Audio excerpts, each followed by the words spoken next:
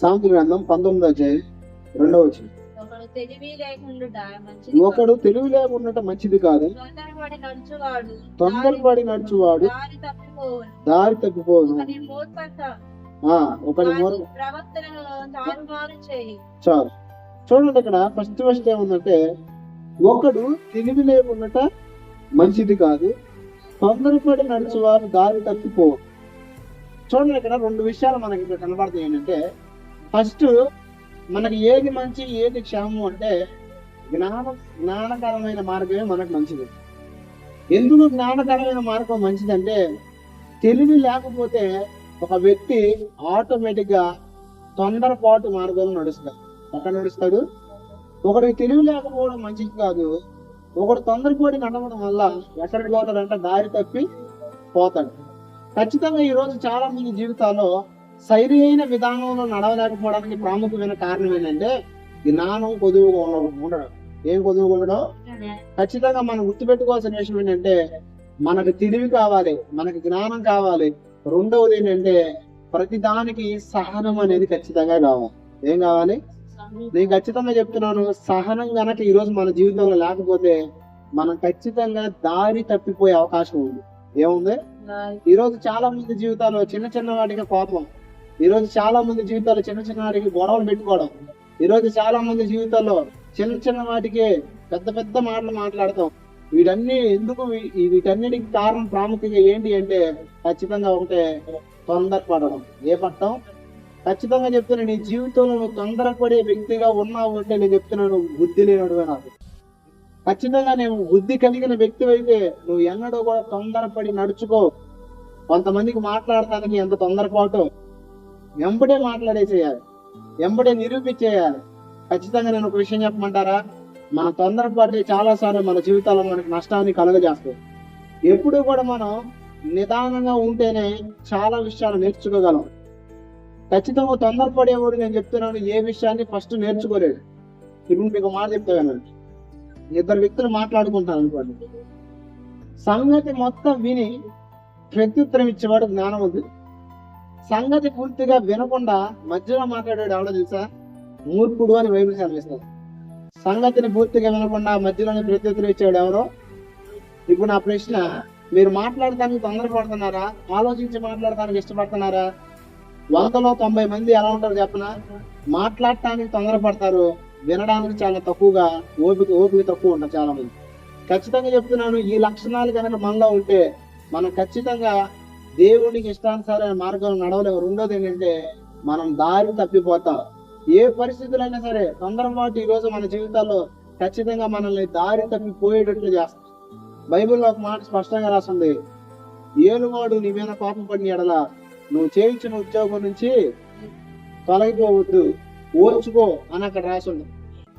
అంటే నీకు గనక ఓపిక లేకపోతే, ఈ రోజు నువ్వు ఓర్చుకునే స్వభావం నీకు లేకపోతే నీ కుటుంబాన్ని కూడా నువ్వు కట్టుకోలేవు.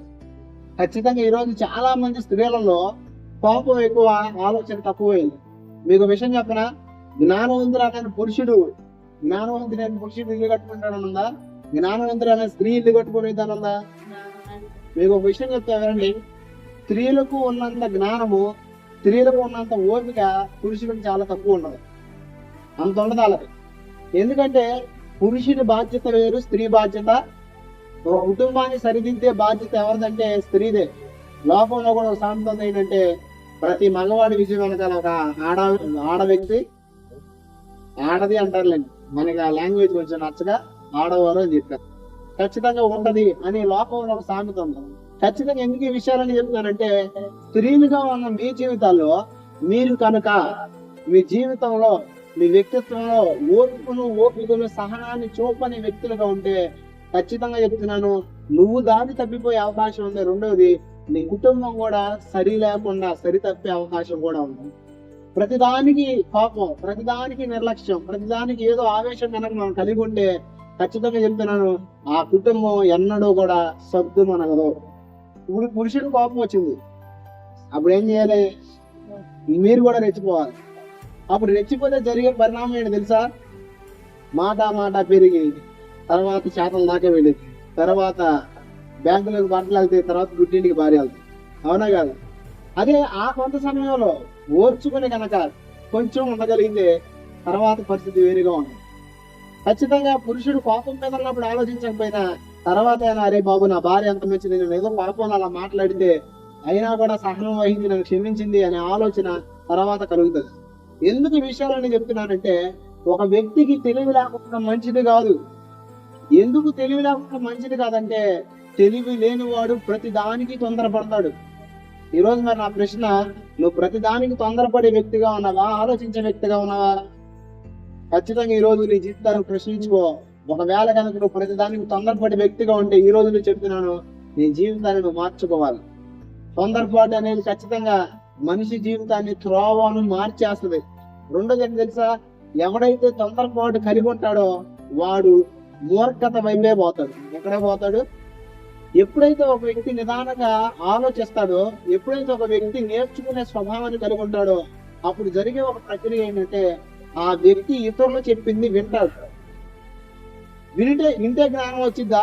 మాట్లాడితే జ్ఞానం వచ్చిద్దా? నేను ఖచ్చితంగా ఒక విషయం ఎప్పటి నుంచి నేర్చుకుంటాను. అదేంటంటే, నేర్చుకునేవాడే నేర్పించగలడు. ఏం చేయగలడు అంటే, నువ్వు ఎక్కువ వినే వ్యక్తిగా ఉంటేనే ఖచ్చితంగా ఏం చేయగలుగుతావు తెలుసా? మంచిగా నీ కుటుంబాన్ని కట్టుకోగలవు, జ్ఞానాన్ని సంపాదించుకోగలవు. నా కుమారుడు నా ఉపదేశాన్ని ఆలకించు అన్నాడా? నా ఉపదేశాన్ని బోధించు అన్నాడా? నా ఉపదేశాన్ని ఆలకించు, నేను మాట్లాడే మాట నీ హృదయాన్ని పెట్టుకో, అప్పుడు నీకేమైందంటే జ్ఞానం కలిగింది అని సామెతల్లో అనేక పర్యాయాలు సొలొమోను మనతో మాట్లాడారు. చూడండి, ఇవన్నీ మనం ఒకసారి ఆలోచిస్తే ఎక్కువ మనం వినేవారిగా ఉండాలి, ఆవేశాన్ని తక్కువ చూపించే వారిగా ఉండాలి. ఇప్పుడు మీకు విషయం చెప్తానండి, నేను చాలా మంది పేషెంట్లు చూశాను. నేను డాక్టర్ కాదు, కాకపోతే పేషెంట్లు ఎలా చూశానంటే, ఇప్పుడు మా చుట్టాల్లో కానీ మా ఇంట్లో కానీ ఇప్పుడు హాస్పిటల్కి వెళ్ళినప్పుడు, అరే పలానా డాక్టర్ చాలా మంచోడు రా, పలానా డాక్టర్ చాలా బాగా చూస్తున్నాడు అంటారు. నాకు అర్థం కాని విషయం ఏంటంటే, ఏ డాక్టర్ వెళ్ళినా మెడిసిన్ కదా రాసేది, అదే ఓవర్గా మీకు ఏమీ ఉండదు కదా. కానీ ఎందుకు ఈ డాక్టర్ బాగా మంచోడు అని పేరు తెచ్చుకున్నాడంటే, ఓపికతో కొంతమంది తింటారు, కొంతమంది టకాటాక రాసి పంపిస్తారు. ఈ సగం ఓపికతో వింటే వాళ్ళు అన్న భారం ఏమైంది? ఇప్పుడు చాలా మంది కష్టాల బాధ చెప్పుకుంటారు, వినకుండా సరేలే అసలు ప్రార్థన చేద్దామని ఆపేసాం అనుకోండి, వాళ్ళ అన్సాటిస్ఫాక్షన్ ఉండదు. ఎందుకంటే ఓపిక అనేది ఖచ్చితంగా ఇతరుల జీవితాల మీద కూడా ప్రభావితం చూపిస్తుంది. ఇప్పుడు నువ్వు ప్రతిదానికి కోపడ్డావు అనుకోండి, ఆ కోపం నీ భర్త జీవితంలో ఏం కలగజేస్తుంది? ఆటోమేటిక్ మనశ్శాంతి లేని కలగజేస్తుంది. రెండు, నీ పిల్లల జీవితాల్లో కూడా ఆటోమేటిక్ గా నువ్వు ఏ ఆత్మని కలిగి ఉన్నావు ఆ ఆత్మ పనిచేస్తుంది. ఇప్పుడు ఆటోమేటిక్ గా నీ ఇల్లంతా దేంతో నిండిపోద్ది? మీకు విషయం చెప్పనా, మీరు ఎంత సంతోషంగా ఉంటారో మీ చుట్టూ వాతావరణం కూడా ఎంత సంతోషంగా ఉంటుంది. ఇప్పుడు ఒక భయంకరమైన గడ్డ ఉంది అనుకోండి, మీకు ఆ గడ్డ బాగా సరే గడ్డ ఎందుకు పిప్పొని ఉంది, మీకు బాగా పోటీ పడుతుంది, ప్రశాంతంగా ఉండగలరా? మీకు చుట్టుపక్కల ఎంత బాగున్నా సరే మీకు ప్రశాంతత లేదు కాబట్టి పిల్లలు ఏదైనా విసిగించారు అనుకో, ఆ టైంలో మీరు ఎలా ఉంటారు? ఈ పెయిన్, ఈ నొప్పి మీద మీకు ఏమనిపిస్తుంది అంటే చిరాకు అనిపిస్తుంది, బీపీ వస్తుంది. అంటే మీ మూడుని బట్టి అక్కడ సిచ్యువేషన్ ఆటోమేటిక్ గా అదే మారుతూ అవసరం పిల్లలు కూడా నాకు తిరుగుతూ ఉంటారు, కొంతమంది కోపం వస్తుంది. అంటే ఎందుకు ఈ విషయాలను చెప్తానంటే, నీ మూడుని బట్టి, అంటే నువ్వున్న విధానాన్ని బట్టి నీ పరిస్థితులు కూడా మారిపోతాయి. అదే నువ్వు సంతోషం ఉన్నావంటే, నేను ఒక విషయం చెప్పనా, ఆ సంతోషం ఏం చేసిందంటే నీ కుటుంబ పరిస్థితిని కూడా సంతోషకరంగా మారుస్తుంది. అందుకే ఖచ్చితంగా మనం ఎలా ఉండాలంటే జ్ఞానం కలిగిన వ్యక్తులుగా ఉండాలి. ఎలా ఉండాలి? ఈ జ్ఞానం దేని వల్ల వచ్చిందంటే తొందర పడకుండా నిదానంగా ఆలోచించడం వల్ల వస్తుంది.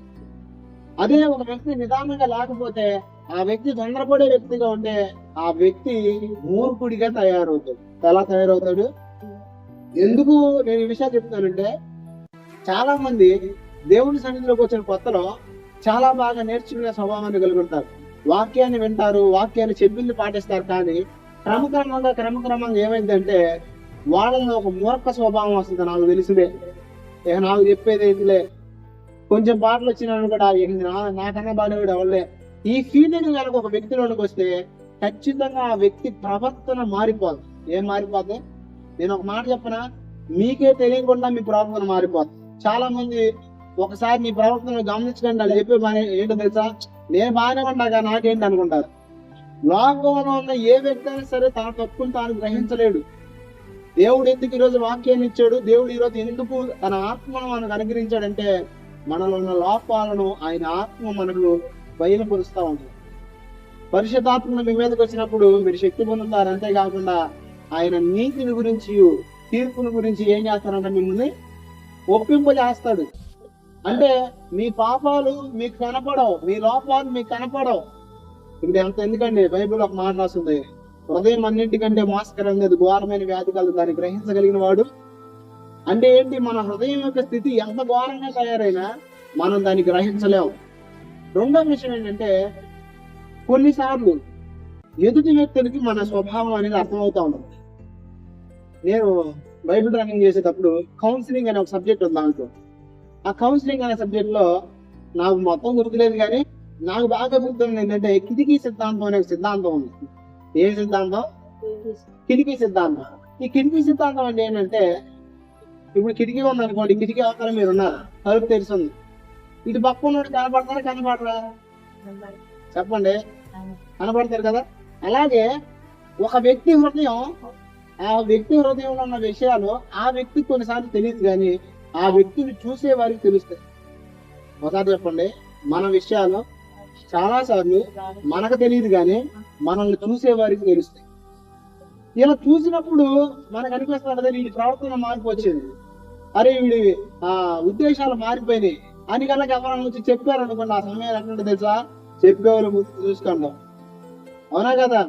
అసలు ఎంత విచిత్రమైన విషయం అంటే, దావీదు ఎంత భక్తిపరుడంటే, దావీదు అసలు ఎంత దేవుడి సన్నిహితుడు. దావీదు ఇంకో మనసు ఎలా మారిపోయిందో చూడండి ఒకసారి, ఎంత దారుణంగా మారిపోయిందో చూడండి. శత్రువు చేతికి దొరికితేనే చంపలేని మనసు దావీది. శత్రువు చేతికి దొరికితేనే సౌలు యొక్క అంగీలో ఒక చిన్న మూక కోస్తాడు. ఎందుకని, నువ్వు నా చేతికి దొరికావని నేనేం చేయలేదని తెలియడానికి. దానికే ఎంత బాధపడతాడు దావీదు. ఒక గుట్ట ముక్క కోస్తేనే ఎంత బాధపడితే, ఒక నీతిమంతుడైన వ్యక్తిని చంపినా సరే హృదయంలో ఏమాత్రం బాధ, ఏమాత్రం భారం లేకుండా చక్కగా నిద్రపోతున్నాడు. ఎలా మారిపోయింది అక్కడ ఉంటాడు మనసు. అవునా కదా? అంటే ఈరోజు మనిషి మనసు అనేది ఖచ్చితంగా మనిషిని మోసం చేస్తుంది, మనిషిని మార్చివేస్తుంది. ఆ మార్చి వేయకుండా నిన్ను ఆ మనసు ఉండాలి అంటే నువ్వు చేయాల్సింది తెలుసా, దేవుని సన్నిధిలో నేర్పించుకునే మనసు ఉండాలి. తొందరపాటు మనసు నీ జీవితంలో ఉండడానికి వీల్లేదు. అందుకే నువ్వు తొందరపడి నడవడం వల్ల నీలో ఒక మూర్ఖత్వం వస్తుంది. ఆ మూర్ఖత్వం వల్ల ఏం కలిగిద్దంటే ఖచ్చితంగా నువ్వు దారి తప్పిపోతావు. ఏం తప్పిపోతావు? రెండో విషయం చెప్పనా, ఆ మూర్ఖత వల్ల నీ నడవడికే మారిపోతుంది. అక్కడ ఉంది చూడండి కింద, రెండవ వచ్చింది, ఒకటి మూర్ఖత వాడి ప్రవర్తన. చూడండి, ఒకటి మూర్ఖత్వం ఏం చేసిందంట, నేను చాలా మందిని మర్డర్లు చేసిన వాళ్ళని, హత్యలు చేసిన వాళ్ళని చాలా మందిని చూశాను. అయితే కావాలని చేయలేదు, ఏదో క్షణిక ఆవేశంలో ఏం చేశానో చంపేసాను అని చెప్పేసి చాలా సార్లు చెప్తారు. ఎందుకంటే ఆ వ్యక్తిని నడిపించింది ఏంటంటే ఆ సమయంలో ఆవేశం. ఏంటది? చాలా మంది ఈ రోజు ఆవేశం కింద నడిపించబడేటప్పుడు ఏం మాట్లాడతారో అంటే తెలియదు. చాలా మంది కోపాలు ఉంటే ఏం మాట్లాడతారో తెలియదు. చాలా మంది మూర్ఖ స్వభావం కలిగి, ఎదుటి వారి మాటను వినలేని, అంటే ఓర్పు లేని స్వభావం కలిగి ఎలా ప్రవర్తిస్తారో కూడా తెలియదు. అని ఖచ్చితంగా చెప్తున్నాను, ఒకని మూర్ఖత వాని ప్రవర్తనను ఏం చేస్తుందంట, తారుమారు చేసింది. తారుమారు అంటే ఏంటి? తారుమారు అంటే ఏంటి? చదరగొడతాం. ఆరు మారు అంటే ఏంటి? ఆరుమారు అంటే ఏంటంటే మంచిగా ఉన్న చోట చెడు వస్తుంది ఆటోమేటిక్ గా. ఖచ్చితంగా మన మూర్ఖ స్వభావం వల్ల మనలో మంచి అంతా పోయి మరలా ఆ ప్లేస్ లోకి చెడు వచ్చింది. ఖచ్చితంగా చెప్తున్నాను, మనలో మూర్ఖ స్వభావం ఉండడానికి వీలు లేదు. ఈ మూర్ఖ స్వభావం వల్ల మన జీవితాలే నాశనం అయిపోతాయి. అందుకే బైబిల్లో మాట రాసింది, జ్ఞానము కలిగిన స్త్రీ ఇల్లు కట్టుకుంటది, మూర్ఖురాలు ఏం చేస్తుందంట, ఇల్లు. అంటే కావాలంటే మీకునేది, కావాలని ఎవరన్నా నాశనం తెచ్చుకుంటారా? ఎవడన్నా నాశనం అవ్వాలనుకుంటాడా? ఆఖరికి ఎంత పనిమనుడని నాశనం అవ్వాలనుకోడు. కానీ నీ జీవితంలో నాశనం నీకు సంభవిస్తుంది అంటే, నీ జీవితంలో నాశనం వైపు అడుగులు వేస్తున్నావు అంటే నువ్వు గుర్తుపెట్టుకో, నీలో ఉన్న మూర్ఖత్వం వల్లే. ఈ మూర్ఖత్వం అనేది నీలో పోకపోతే నేను చెప్తున్నాను, దేవుడు నిన్ను దీవించడు. ఎందుకంటే ఈ మూర్ఖత్వం వల్ల నీ ప్రవర్తన మారిపోద్ది. నేను ఒక మాట చెప్పనా, దావీదు అంత ఘోరంగా మారిపోయినా సరే దావీదులో ఒక మనసు ఉంది. ఆ మనసు ఏంటంటే సరి చేసుకునే మనసు. ఏ మనసు? దావీదులో పాపం ఏర్పాటు చేసింది, తన స్వభావం మారిపోయింది, కానీ దావీదులో మూర్ఖత్వం లేదు. ఏ అర్థం లేదు. సౌలు జీవితంలో భయంకరమైన పాపం ఏం చేయాలి, కానీ భయంకరంగా దేవుడికి నచ్చనిది అసహ్యమైనది ఒకటి ఉంది, అది అహంకారమైన మూర్ఖ స్వభావం. ఏ స్వభావం? అరే ప్రవక్తని దేవుడు స్వయంగా పంపి, ఒరే బాబు నువ్వు చేసిన తప్పురంటే ఆ మాట అనొద్దు అన్నాడు. సమూయేలు గ్రంథంలో ఏమన్నాడు అక్కడ? ఆ మాట అనొద్దు, నేను చేశానంటే నేను ఒప్పుకోను అన్నాడు. చాలా మంది ఈరోజు ఏదైనా పెద్దోళ్ళ మాట చెప్పారని పిల్లలకి అని చెప్పేవాళ్ళే, మా తెలీదా, నేను ఒక మాట చెప్పిన ఇలాంటి స్వభావం నీ ప్రవర్తన తారుమారు చేస్తుంది. ఖచ్చితంగా నీకు తెలిసిన విషయమైనా సరే ఒక వ్యక్తి వచ్చి నీ దగ్గర చెప్తున్నప్పుడు దాన్ని వినడం నేర్చుకోండి. ఫస్ట్ ఏం నేర్చుకోవాలి? వినడం నేర్చుకోకపోతే ఆటోమేటిక్ గా నీకు తొందరపాటు ఉంటుంది. ఆ తొందరపాటు నేను నాశనం వైపు తీసుకెళ్తాను. ఖచ్చితంగా ఈ రోజు మన జీవితాల్లో ఈ మూర్ఖ స్వభావాన్ని తీసివేయాలని దేవుడు కోరుకుంటాం. ఈరోజు చాలా మంది నా జీవితం ఎందుకు ఈ దరిద్రం వస్తుంది, ఈ రోజు ఎందుకు నా జీవితంలో నా పరిస్థితుల్లో మార్పు వచ్చింది, ఈ రోజు ఎందుకు నేను దిగజారిపోతున్నాను, ఎందుకు నా పరిస్థితులన్నీ ఆశీర్వదకరంగా లేవు అంటే నేను చెప్పనా, నీ మూర్ఖత్వమే నీ జీవితంలో నీ పరిస్థితులు మారకుండా చేస్తుంది. ఈ రోజు నీ జీవితంలో భయంకరమైన శ్రమ అనిపిస్తున్న కారణం ఏంటి తెలుసా? నీలో ఉన్న మూర్ఖత్వం. నీ మూర్ఖత్వాన్ని బట్టి నీ కుటుంబం మారతలా, నీ మూర్ఖత్వాన్ని బట్టి నీ జీవితాలు ఆశీర్వదించబడతలా, నీ మూర్ఖత్వాన్ని బట్టి నీ స్థితిగతులు అలాగే ఉన్నాయి. రెండోది ఏంటంటే దిగజారిపోతున్నాయి కూడా. ఖచ్చితంగా నీలో ఈ మూర్ఖ స్వభావం పోనంతకాలం నేను చెప్తున్నాను, నువ్వు దీవించబడవు. నువ్వు దీవించబడతా అని అనుకుంటే అది నీ భ్రమ అంతే. ఎందుకంటే ఈ రోజు చాలా మంది కొట్టబడుతూ, ఈ రోజు చాలా మంది దేవుని ఉగ్రతను అనుభవిస్తూ కూడా ఏమనుకుంటారంటే, దేవుడే తప్పు చేస్తున్నాడు, దేవుడు నాకు అన్యాయం చేస్తున్నాడు, దేవుడు నాకు న్యాయం చేయలేదని చాలా మంది పిచ్చివాదం వాగుతారు. అందుకే ప్రకటన గ్రంథం ఒక మాట ఉంచండి, ప్రకటన గ్రంథం 16వ అధ్యాయం 11వ వచనం ఆఖరి పుస్తకం. ప్రకటన గ్రంథం 16వ అధ్యాయం 11వ వచనం, పేజీ నెంబర్ 237. చూడండి, తమకు కలిగిన వేదనను బట్టి దేవుని దూషించేది కానీ తమ క్రియలను మాని పొందిన వారు కాదు. చూడండి, తమకు కలిగిన వాటిని బట్టి ఎవరు దూషించారంట? ఎంత కామెడీ అండి. మీలో ఎవరికైనా జ్వరం వస్తే డాక్టర్ వెళ్తారా? మీలో ఎవరికైనా బాగోకపోతే హాస్పిటల్ కానీ గొడవ చేస్తున్నారా, నాకు అనారోగ్యం వచ్చిందని? కానీ ఎంత మూలకత్వం అంటే, ఈరోజు మనం చేసుకునే పనికి మాని పనుల వల్ల మనం అనుభవిస్తున్న శ్రమను కూడా దేవుణ్ణే మనం బాధ్యులు చేస్తాం. ఎవరిని చేస్తాం? ఖచ్చితంగా చెప్తున్నానంటే, దేవుడు ఒక వ్యక్తికి శోధన అనుమతిస్తాడు, కానీ కీడు విషయమై శోధించు. ఏ విషయమై శోధించడో? కీడు మాత్రం దేవుడు ఎన్నడూ కరై చేయడు. నేను చెప్తున్నాను, చాలా సార్లు చెప్పాను మీకు, క్రైస్తవునికి శ్రమ రాదంటే వస్తుంది, కానీ దరిద్రం మాత్రం ఎన్నడూ రాదు అని. ఖచ్చితంగా నీ జీవితంలో శ్రమ, ఆ శ్రమ నీకు దరిద్రాన్ని, ఆ శ్రమ నీకు నష్టాన్ని కలుగా చేస్తుంది అంటే నేను చెప్తున్నాను, నీ జీవితంలో ఉన్న మూర్ఖత్వమే దానికి కారణం. ఏం కారణం? ఇప్పుడు ఇక్కడ ఏం చేస్తున్నారు? వాళ్ళ జీవితాల్లో దెబ్బలు పొందుతా, వాళ్ళ జీవితాల్లో గాయపరచబడతా, వారి జీవితాల్లో దరిద్రాన్ని అనిపిస్తా, వారి తప్పును వాళ్ళు తెలుసుకోవట్లా. ఏం చేయట్లా? ఎందుకు వాడి తప్పును వాడు తెలుసుకోవట్లేదంటే, వాడిలో ఒకటి ఉంది, అదే మూర్ఖమైన స్వభావం. ఏంటది? మీకు విషయం చెప్తా వినండి. ఒక 2-3 వారాల క్రితం ఒక ఇద్దరు తమ్ముడు నా దగ్గరికి వచ్చారు. పరిచయం చేస్తున్నారు. సుమారు ఒక తమ్ముడికి 24 ఉంటాయి, ఒక తమ్ముడికి 26-27 ఉంటాయి. యవనస్తులే, అని మంచి భారం కలిగిన పరిచయం చేస్తున్నారు దేవుడితో. అయితే నాకు ఎందుకో దేవుని ఆత్మ ద్వారా కొన్ని విషయాలు చెప్పాలి అనిపించింది. సాధారణంగా నేను ఎవరికి ఏ విషయాలు చెప్పదలుచుకోను, ఎందుకంటే నేను ఏది చెప్పిన ప్రసంగంలో అని చెబితే తప్ప వ్యక్తిగతంగా బాబు నీకు తొందర బాబును మార్చుకోవాలని చెప్పాం అనుకోండి, ఒకవేళ అది దేవుని ఆత్మ ద్వారా నేను చెప్పిన వాడు సరి చేసుకునే మనసాలు లేకపోతే అది వేరేగా ఉండదు. అవునా కదా? చాలా సార్లు నేను ప్రవచనాలు కూడా కొద్ది మందిగా చెప్తాను. దేవుడు నాకు చెప్పినా సరే ఎందుకు కొద్ది మందిగా చెప్తానంటే, లోబడే మనసు ఉందో లేదో చూసుకుని చెప్తాను నేను. ఇప్పుడు మన తెనాల్లో దేవుడు ఒక వ్యక్తితో, అదే సిస్టర్స్ వచ్చారు, వాళ్ళ గురించి చెప్పమని చెప్పాను నేను. ఎందుకంటే వాళ్ళు విని మార్చుకునే స్వభావం కలిగి ఉండాలని. అందరిలో చెప్పలేను నేను, పర్సనల్ గా తీసుకొచ్చి పిలిచి అప్పుడు చెప్పాను. ఇక్కడ ఎందుకు విషయాలు చెప్తున్నానంటే కొందరిలో వినే స్వభావం ఉంటుంది, దేవుడు అందుకే వాళ్ళతో మాట్లాడతాడు. కొందరిలో వినే స్వభావం ఉంటుంది, అందుకే దేవుడు వాళ్ళతో మాట్లాడాడు. ఎందుకంటే టైం వేస్ట్. ఇప్పుడు అది గొయ్యరాని వెళ్ళొద్దురా అనుకో, సరేనయ్యా లోబడి చెబుతారా, నువ్వు చెప్పేది నాకు అనేవాడు చెబుతారా? చాలా మంది నా దగ్గరికి వచ్చి ప్రవచనాల కోసం వస్తారు, కానీ దేవుడు మాట్లాడడు. కారణం నాలో ఆయనలో కాదు లోపం, అక్కడ వచ్చిన వాళ్ళు లోపం. వాక్యం కాదు మనకి, ఏం కాదు? వాక్యం ద్వారా నువ్వు జీవితాన్ని సరి చేసుకుంటే కావాలంటే దేవుడు ఒక ప్రవచనం ద్వారా నీతో మాట్లాడతాడు. అర్థమైంది నేను చెప్పింది? ప్రవచనం అనేది నిన్ను బలపరచడానికి తప్ప నీ జీవితాన్ని మార్చడానికి కాదు. అర్థమైందా? సరే, అయితే ఇద్దరు తమ్ముళ్ళు వస్తే చాలాసేపు నేను ఆ తమ్ముడితో చెప్పాను, తమ్ముడు సేవలో నువ్వు అంటే కొత్తగా సేవ స్టార్ట్ చేశాడు ఒక ఊర్లో, మీరు ఒక రోజు వాకింగ్ చేయడానికి రావాలన్నా, అది బ్రాహ్మణ ఏరియాలో ఏదో సంథింగ్ ఒక మంచి ఏరియా అని చెప్పాడు. సరే తమ్ముడు నేను ఖచ్చితంగా వస్తాను, నన్ను పిలవండి, ఖాళీ ఉన్న రోజు చెప్తానని చెప్పాను. అయితే మాట్లాడకుండా పరిచయంలో ఆశీర్వదించబడాలంటే ఏం చేయాలని చెప్పేసి కొన్ని విషయాలు నేను చెప్తానంట. తనేమో నాకు అన్ని తెలుసు అన్నట్లు కొంచెం ఏదో మాట్లాడాడు, కొన్ని వాక్యాల ద్వారా మాట్లాడుకున్నాను. చాలాసేపు డిస్కషన్ చేసుకున్నాం.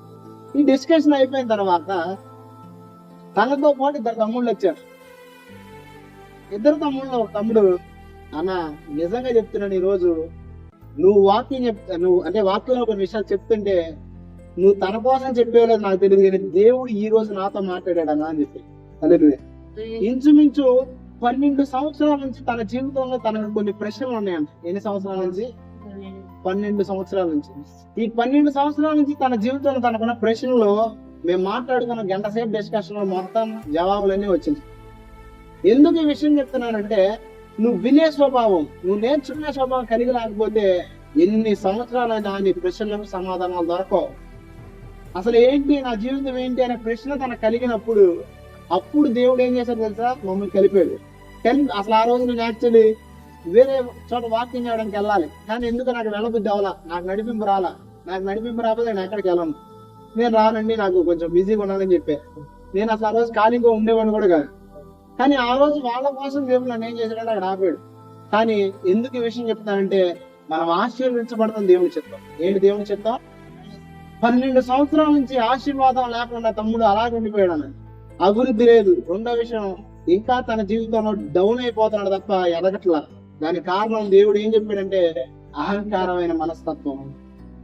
మీకు ఒక విషయం తెలుసా? నేను చెప్పిన వ్యక్తి సాదా సీదా వ్యక్తి ఏం కాదు, ఆత్మవరాలు కలిగిన వ్యక్తి. ఏ వ్యక్తి? ఏసునామం ఒకటి జరగాలంటే జరిగిపోయేదాన్ని. మనోడంటే ఆ చుట్టుపక్కల ఏరియాలకు భయం అంట. ఇదిగో నీకు వాళ్ళ జరిగిద్ది అంటే జరిగిపోయేదాన్ని. అలా ఉండేవాడు మనోడు. అలా జరుగుతున్నప్పుడు కాలు ప్రకటించేవాడు అంట. ఏ ప్రకటించేవాడు? కాలు నాకెవరా ఎదరా అని ఇలా ఉండేవాడు అంట. కానీ సడన్ గా తన పరిస్థితులన్నీ మారిపోయి ఈ రోజు కనీసం తన పలుకుతున్నది కాదు కదా, ప్రార్థన చేయలేని స్థితిలో తను వచ్చేది. కారణం ఏంటి అంటే మనలో ఉన్న అహంకారమైన మనస్తత్వం. ఒక వ్యక్తి అహంకారి అయితే ఆ వ్యక్తి ఎక్కడికి వెళ్ళినా, ఏ స్థితికి వెళ్ళినా, నేను చెప్తున్నాను, ఎంత వేగంగా స్థితికి ఎదిగాడు అంతే వేగంగా కిందకు వచ్చి పడతాడు. అందుకే బైబిల్లో మాట స్పష్టంగా ఉంది, ఘనతకు ముందు వినయములను, అవమానానికి ముందు ఏముంటుందంట? అహంకారమైన మనసు ఉంటుందంట. అంటే ఒక వ్యక్తి అహంకారమైన మనసుని కలిగి ఉంటే ఆ వ్యక్తి ఆటోమేటిక్ ఏమవుతాడు? కింద పడతాడు. అందుకే ఇంకో మాట కూడా ఉంది, నాశనమునకు ముందు గర్వం నడుచును అని. మన జీవితంలో ఈ రోజు మూర్ఖ స్వభావం కనుక ఉంటే, ఈ మూర్ఖ స్వభావం మన ప్రవర్తన ఏం చేస్తుంది? ఇప్పుడు నా ప్రశ్న, నేర్చుకునే స్వభావం ఉందా, మూర్ఖ స్వభావం మనకి? దేవుడు నేర్పిస్తాడు. దేవుడు నేర్పించే పద్ధతులు చాలా ఉన్నాయి. వాటిల్లో ఫస్ట్ ఏంటో తెలుసా?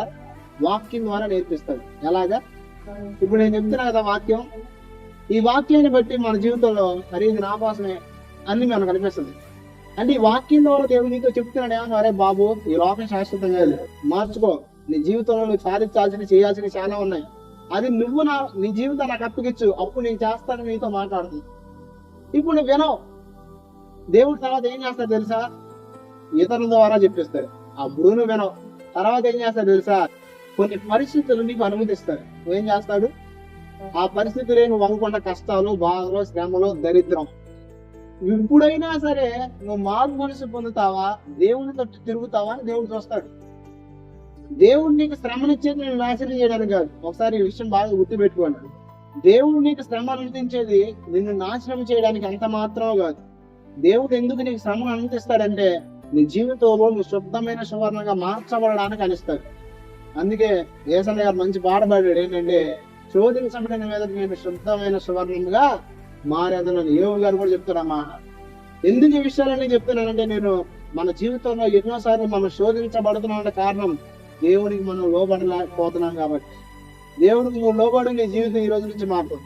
దేవునికి నువ్వు లోబడినంత కాలం నేను చెబుతున్నాను, నువ్వు ఎక్కడికైనా తిరుగు. ఆశీర్వాద గుడికి వెళ్ళు, ఉపవాస గుడికి వెళ్ళు, ప్రవక్తల దగ్గరికి వెళ్ళు, నువ్వు ఎక్కడికైనా పో.